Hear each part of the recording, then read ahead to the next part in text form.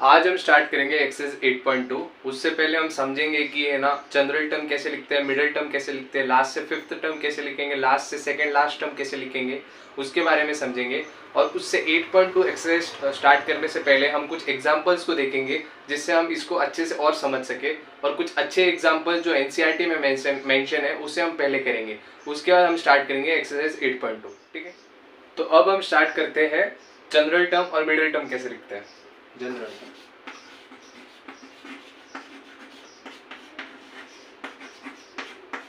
एक मैं एग्जाम्पल के रूप में लेता हूँ a प्लस बी की होल पावर n। इसकी जनरल टर्म हम लिखेंगे NCR a की power n minus r b की पावर r। ये हो गई जनरल टर्म। इसको हम डिनोट कैसे करते हैं, GT को, GT मीन जनरल टर्म, इसको हम डिनोट करते हैं TR plus 1th term, 1th term, इसको हम ऐसे डिनोट करते हैं। अब ये r प्लस 1 क्यों आया यहाँ पे? अब आप ये देख सकते हो कि r की वैल्यू जो है वो लाई करती है n से लेके 0 से लेके n तक। तो हम इसकी जो पहली टर्म लिखते हैं वो हम क्या लिखते हैं, NC0 a की पावर n माइनस 0 और b की पावर 0। ये फर्स्ट टर्म होती है। तो फर्स्ट टर्म है तो यहाँ पे इसको हम क्या लिखेंगे, T1 लिखेंगे।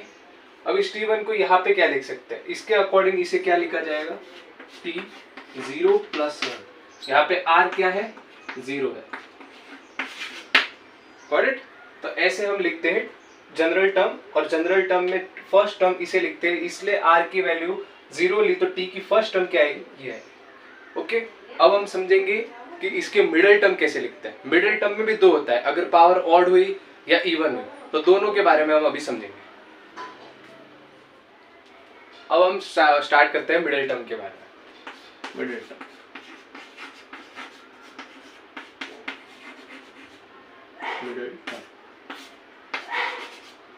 तो मिडिल टर्म को हम लिखते हैं, अगर मैंने फिर से एक एग्जांपल लिया a प्लस बी की whole power 2n plus 1। 2n plus 1 क्यों लिया मैंने, 2n प्लस 1 को हम डायरेक्टली लिख सकते हैं, लाइक मुझे किसी इसकी पावर ऑड बनानी है स्टार्टिंग में। अब ऑड पावर कैसे मैंने 2n प्लस 1 लिखा, अब मैंने लिखा t इज इक्वल्स टू, आपने ये AP में पढ़ा होगा कि Tn is equals to a plus n minus 1 into b। ये आपने पढ़ा होगा AP में। किसी Tn की हम ऐसे लिखते हैं, फर्स्ट टर्म और n माइनस 1, वो n माइनस 1 और ये कॉमन डिफरेंस। तो इसके अंदर हम ऑड टर्म्स क्या होती है, 1, 3, 5, 7 अप टू सो ऑन, ये होती है। तो इसके अंदर हम फर्स्ट टर्म इसकी क्या है, 1। कॉमन डिफरेंस इन दोनों के बीच में क्या है, 2, इन दोनों के बीच में 2। तो यहाँ पे d की वैल्यू क्या है, 2 है, और फर्स्ट टर्म 1 है, तो हम इसकी लिखते हैं Tn। ऑड टर्म है, ये दिख रहा है आपको, ऑड टर्म लिखते हैं मैंने। तो 1 प्लस m माइनस 1 इंटू यहाँ पे आ गया 2, ये आ गया। तो इसको हम क्या लिखेंगे, 1 प्लस 2n माइनस 2, ये हो गया। तो ये क्या हो जाएगी, 2 ऑफ n माइनस 1, ये वाली टर्म हो गई, इसे हम ऑड टर्म बोलते हैं। पर मैंने यहाँ पे प्लस 1 क्यों लिखा, आप ये सोच रहे हो। तो सोचो, अगर n की वैल्यू मैंने यहाँ पे 0 पुट कर दी, n इज इक्वल टू 0, तो ये टर्म क्या हो जाएगी, माइनस 1 हो जाएगी। अब माइनस 1 ऑड टर्म्स में मैं ले नहीं सकता क्योंकि इधर पॉजिटिव वैल्यू होती है। नेगेटिव वैल्यू इंडेक्स का भी हम पढ़ेंगे बाद में, मल्टीनोमियल वगैरह सब पढ़ेंगे। अगर यहाँ पे देखा जाए तो 1 से हमें स्टार्ट करना था, हमारी पहली टर्म 1 है, तो यहाँ पे माइनस 1 आ रहा है। तो इसमें हम, अगर ये 2 के मल्टीपल में आ रहा था, तो इसमें 2 से और हम ऐड ऑन कर देंगे, तो ये क्या हो जाएगा, 2n माइनस 1 प्लस 2। तो ये टर्म क्या हो गई, 2n प्लस 1। अब इसके अंदर आप n की वैल्यू 1, 2, 3, 4 कुछ भी रख दो या 0 रख दो, आपको यही सारी टर्म्स मिलेगी। इसलिए ये पावर क्या है, मैंने एक ऑड पावर लिख दिया, ऑड पावर।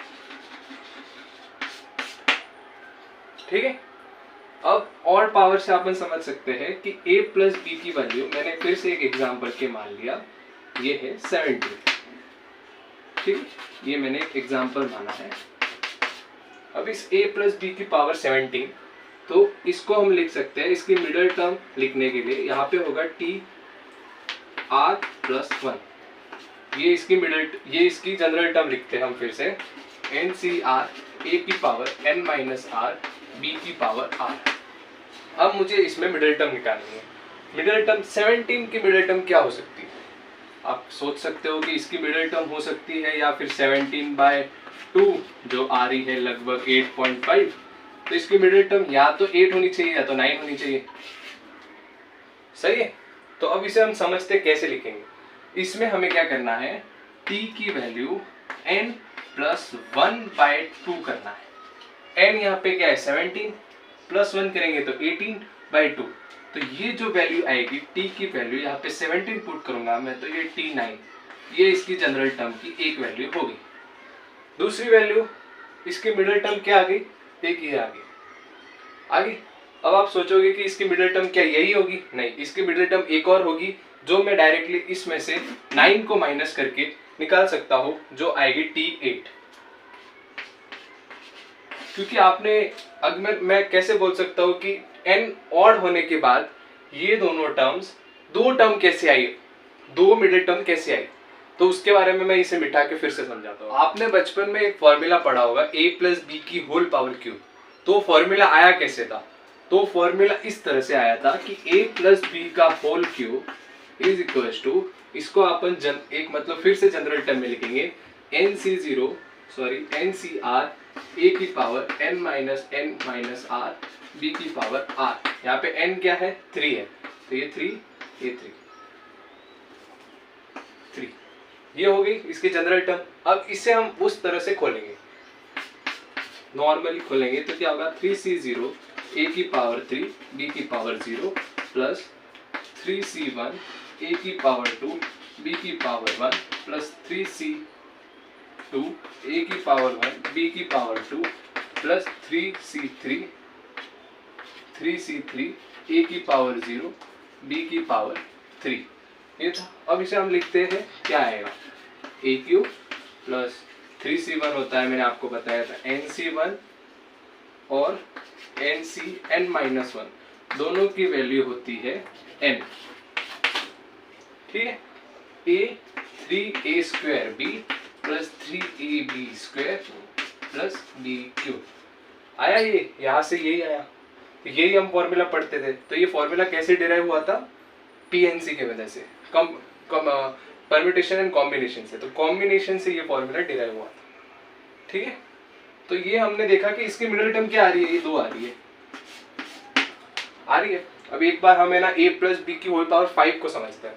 तो a प्लस बी की होल पावर 5, तो इसका फॉर्मूला क्या होगा, फिर से 5c0 a की पावर 5 प्लस 5c1 a की पावर 4 b की पावर 1 प्लस 5c2 a की पावर 3 b की पावर 2 प्लस 5c3 a की पावर 2 b की पावर 3 प्लस 5c4 a की पावर 1 b की पावर 4 प्लस 5c5 a की पावर 0 b की पावर 5।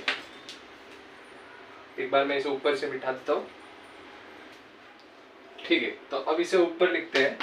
ये क्या हो जाएगा, a की पावर 5 प्लस 5c1 का मैंने क्या बोला था, nc1 या ncn माइनस 1 की वैल्यू क्या आएगी, n आएगी। तो 5 a की पावर 4 b की पावर 1 और 5c2 को मैंने ये भी बताया था आपको कि nc2 को आप क्या याद रखना, n इंटू n माइनस 1/2। तो कितना हुआ 5 इंटू 5 माइनस 1 4/2 तो 10 आएगा यहाँ पे।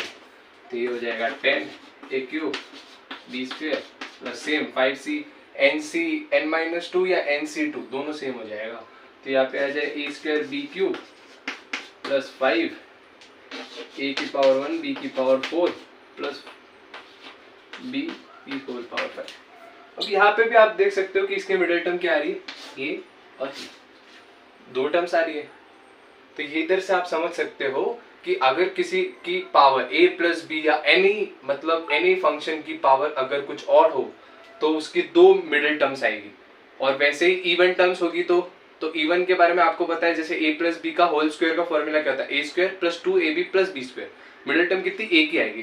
तो मिडिल टर्म अगर इवन की बात करें तो इवन जैसे a प्लस बी की होल पावर n है, वहां पे n यहाँ पे मैंने इवन लिया हुआ है, इवन हो तो यहाँ पे इसकी मिडिल टर्म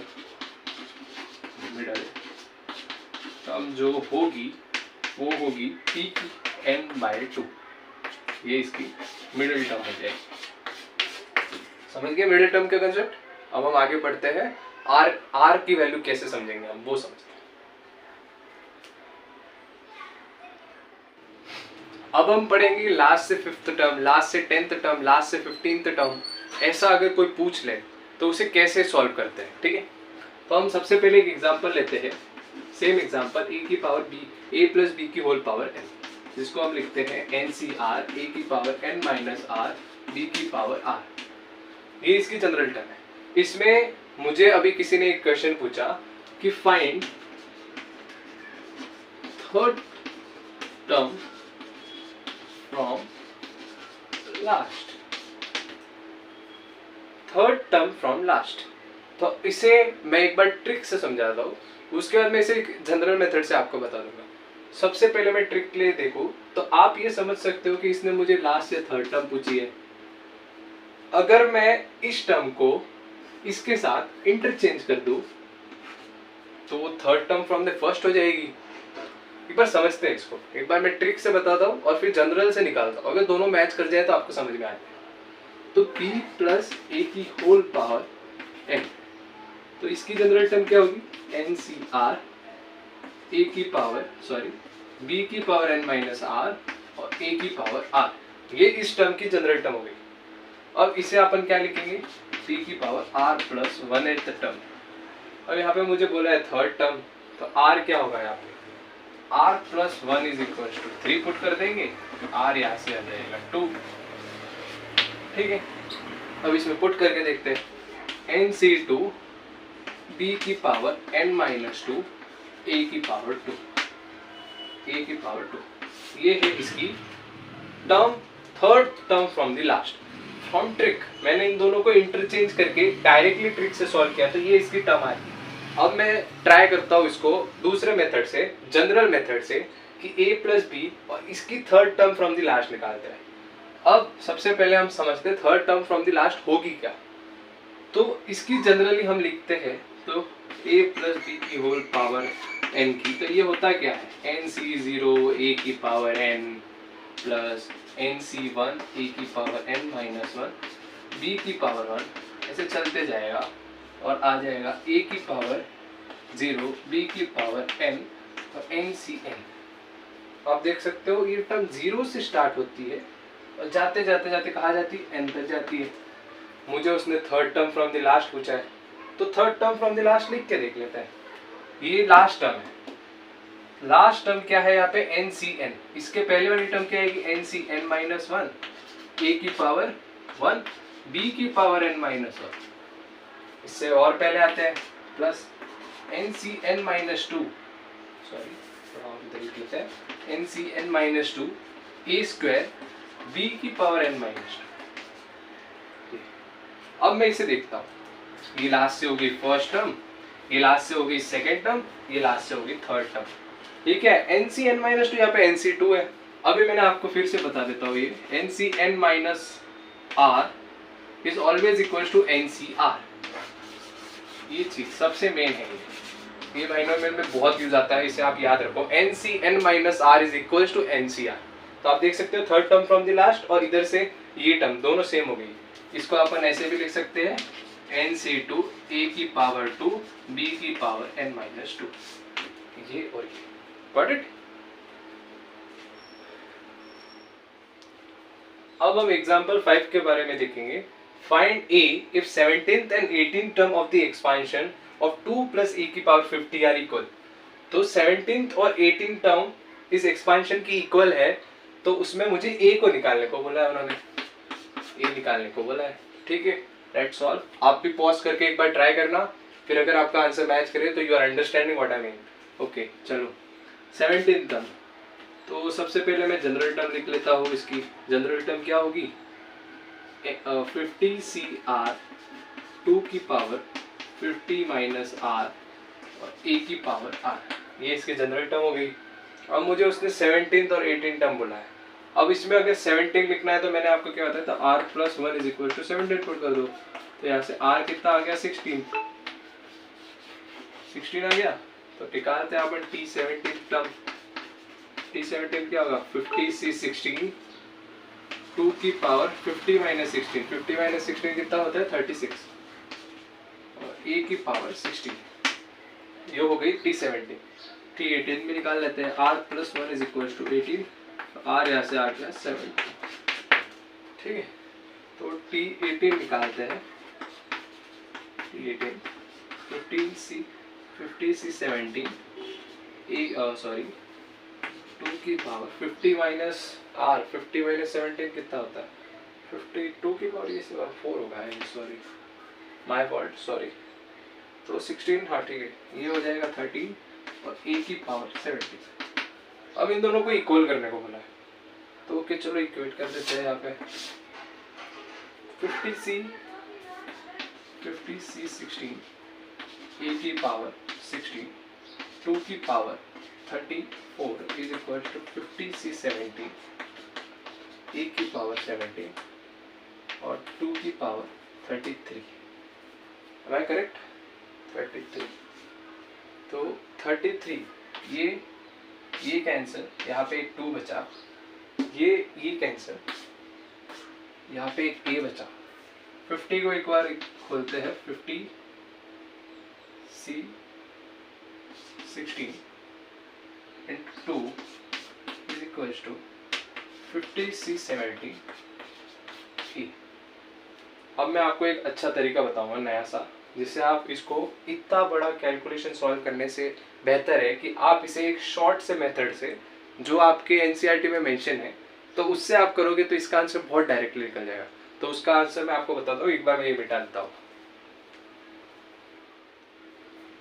तो अब हम इसको सॉल्व करेंगे। इसका एक डायरेक्टली मेथड आप ये याद रखना कि NCR अपॉन NCR माइनस 1, इसको हम लिखते हैं n minus r plus 1 upon r। इसको एक बार याद रखना, अगर आपको समझना है तो एक बार इसका एक्सपांशन और इसका एक्सपांशन खोल के ट्राई करना, इसका आंसर यही आएगा।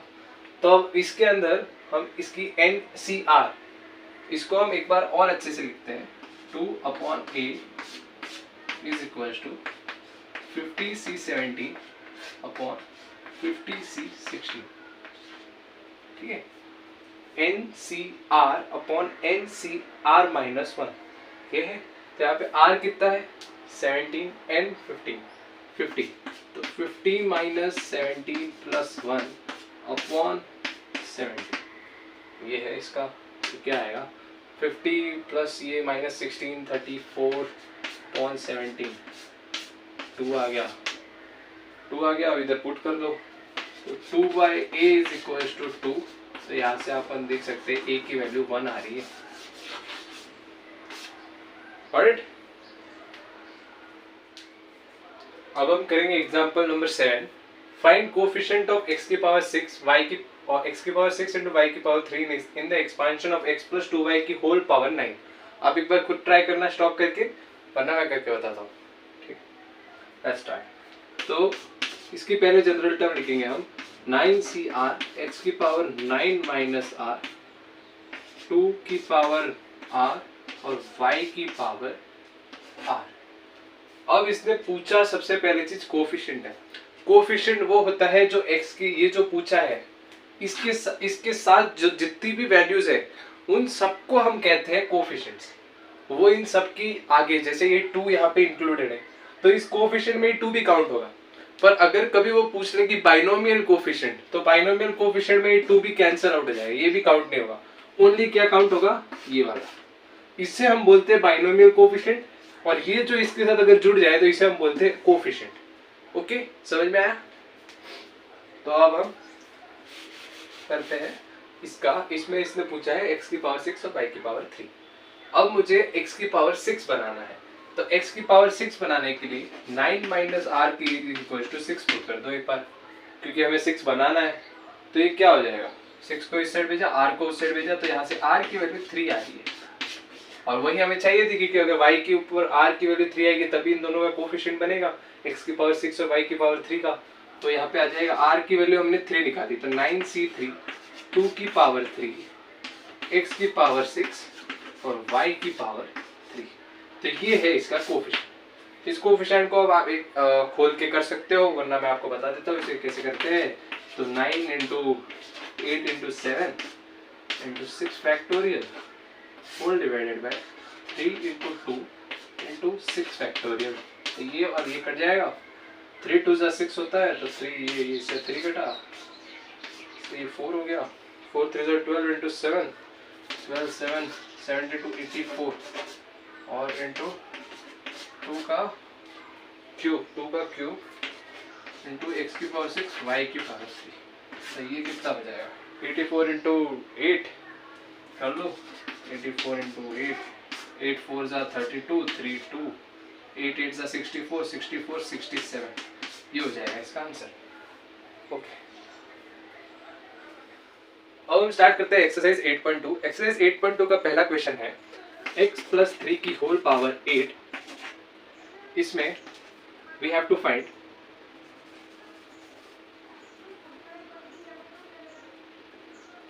अब हम स्टार्ट करते हैं एक्सरसाइज 8.2। 8.2 का पहला क्वेश्चन है x प्लस 3 की होल पावर 8, फाइंड x की पावर 5 इन दिस।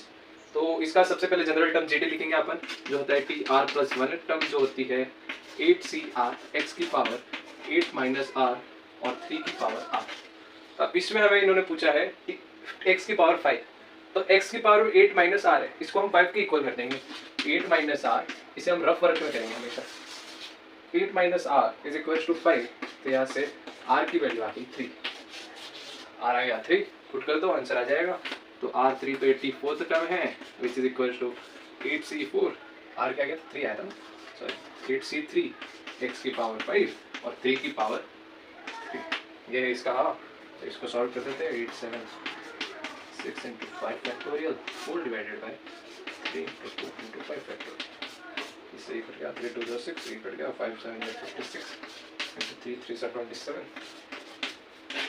कर लो इसे कैलकुलेट, 56 इंटू 27, 7 6 जा 42 2 4 7 5 जा 35 3 9 2 6 जा 18, सॉरी 2 6 जा 12 1 2 5 0 1 1 2 1 4 1 4 1 2 इसका आंसर हो जाएगा। ठीक,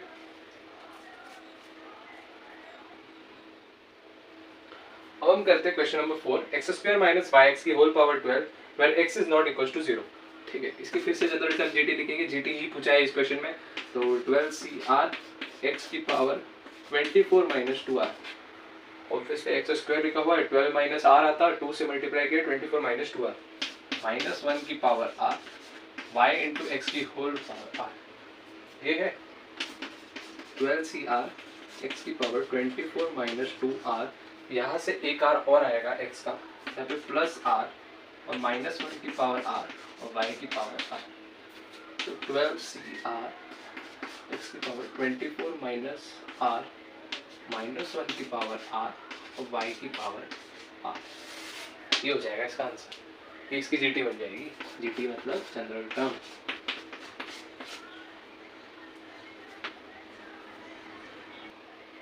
हम करेंगे question number 6, find the 13th term in the expansion of 9x minus 1/3 root x की whole power 18 where x is not equal to 0। मैंने बीच के कुछ क्वेश्चन इसलिए छोड़े ताकि आप भी उससे प्रैक्टिस करके आप अपने कंसेप्ट को और अच्छा बिल्ड कर सको। अगर आपको किसी भी क्वेश्चन में डाउट लगे आप कमेंट सेक्शन में जरूर डालना, मैं उसका अलग से एक स्पेसिफिक वीडियो बना दूंगा उस क्वेश्चन पे और आपको समझा दूंगा। ठीक है, लेट्स स्टार्ट। तो इसकी फिर से जीटी लिखेंगे हम, और इसकी जीटी 13 टर्म पूछा है तो हम इसे टी आर प्लस 1 के टाइम में लिखेंगे, और इसका आ जाएगा 18cr 9 की पावर 18 माइनस आर एक्स की पावर 18 माइनस आर, माइनस है यहाँ पे, माइनस 1 की पावर आर 3 1/3, एक बार वैसे लिख लेता हूँ आपको समझाने के लिए, और 1/रूट एक्स की होल पावर आर। अब इसको हम लिखेंगे 18cr 9 की पावर 18 माइनस आर एक्स की पावर, क्या है ये x की पावर। इसको मैं एक बार इसको 9 को हम 3 के में तोड़ देते हैं ताकि इससे और इससे कैंसिल आउट करने के चांसेस क्रिएट हो सके। तो ये 3 इसका होल इंटू 2, ठीक है, मैं एक बार आपको वापस करके दिखाता हूँ, आपको कंफ्यूजन ना हो इसलिए। तो 18CR 3 की पावर 3 का स्क्वायर 9 होता है, तो 3 यहाँ पे आ जाएगा 36 माइनस 2R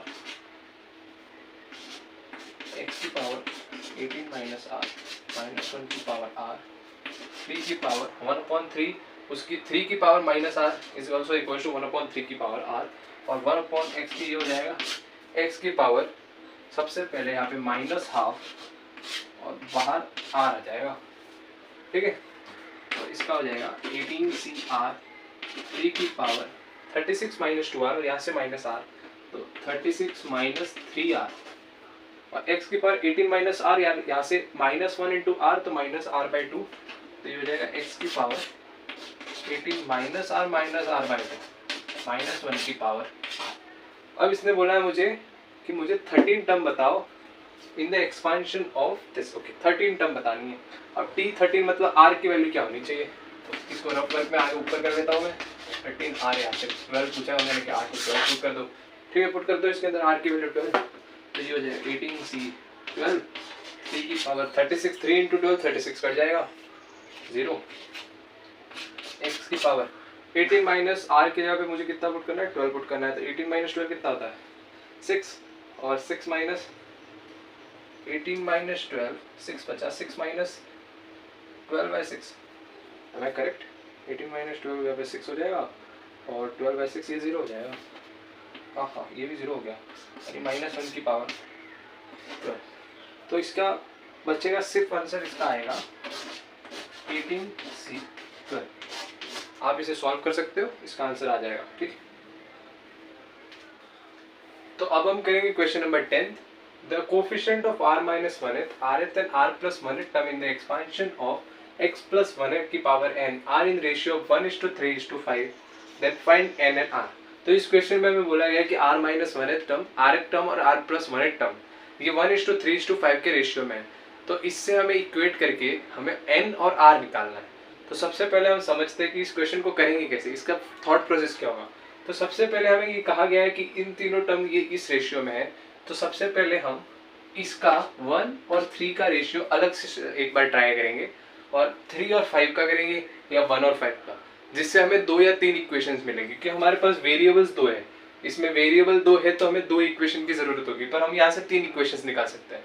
पर एज अ सिंप्लीफिकेशन के लिए हमें हमेशा 1 फर्स्ट और सेकेंड वाले का निकालना चाहिए, फिर सेकेंड और थर्ड का निकालना चाहिए, क्योंकि फर्स्ट और फिफ्थ में एक लॉन्ग डिफरेंस आ जाएगा, तो ज़्यादा डिफरेंस की वजह से आपकी कैलकुलेशन थोड़ी कॉम्प्लिकेटेड हो सकती है, इसलिए फर्स्ट 1:3 और 3:5 का हम निकालेंगे, ठीक है।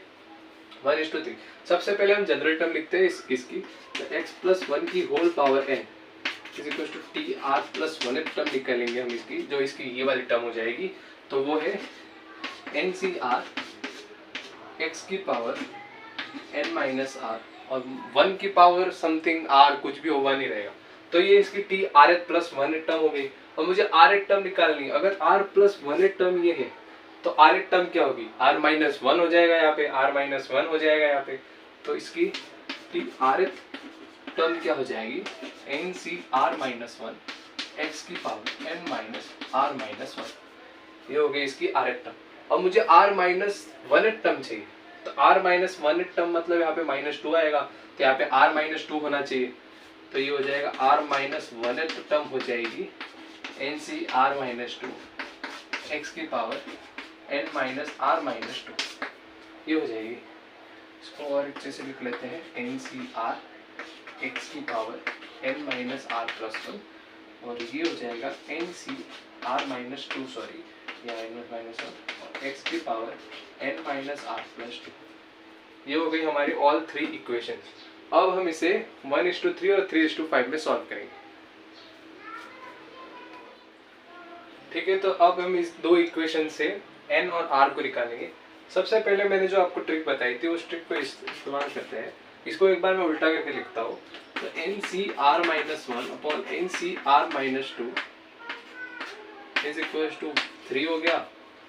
और तो फिर इसको हमने एक ट्रिक समझी थी कि NCR अपॉन, जो मैं यहाँ से बता देता हूँ, इसको भी मैं एक बार उल्टा करके लिख देता हूँ, तो NCR upon NCR minus 1 is equal to 5/3 है, तो NCR अपॉन NCR माइनस 1 मैंने क्या बताया था, n minus R plus 1 upon are.